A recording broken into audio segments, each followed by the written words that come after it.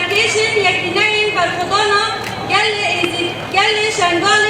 مامزکی سردشت حمید جلو هلمت و ین دن کو جواب ایزیدیان پروردر دکر دا کوخا بپارزن و ببن سمبولن رونی کرنا جواب ایزیدی جریبری و هیزن خواهی لشگری را لارمانجا فاشیست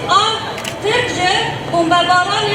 اوکو پیشی لبگرا گل شنگال بگرن جبوه و آرامیا دموکراتیک هلولی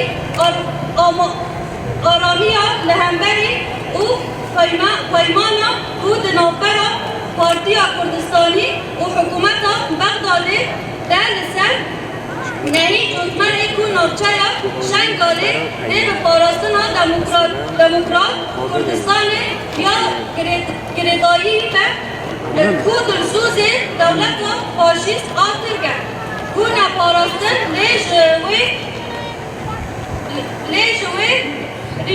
جوی ربیه او جی قدره وان آب اشره پیشتن او جنابرنا جواکا ایزیدی بو بشتی که اوروپا به جنازه دا شنگال قبول کرد به ساکناندن مافی جواکا ایزیدی کرد او بمباران دولت فاشیست هیچ کو جرایا کس جه خاره بخه کو بینا جواکا ایزیدی او ربری آقاسر بکشد و تو نبگه اوی قصده بکه دولت آتر فاشیست نکوکیان بچینه اوله بناسازی هرمی خرچه دیگه دا او اولانی و آرامی و دیگ بچه اما که یکی جنین ایزیدی لروشغابا ایریشا دولت آتر فاشیست سر جواکا ایزیدی به تندی شرمزار دگن و بانکا لهمو ریخستن ناف نکاوی مافی مروفان به طایبتی نتاوی یکبویی و ریخستن آزادی اولی دگن صابی به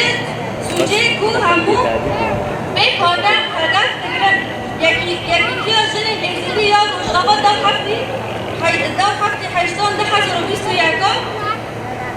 بمره داگرکری و دولت آتر شهید نامرن شهید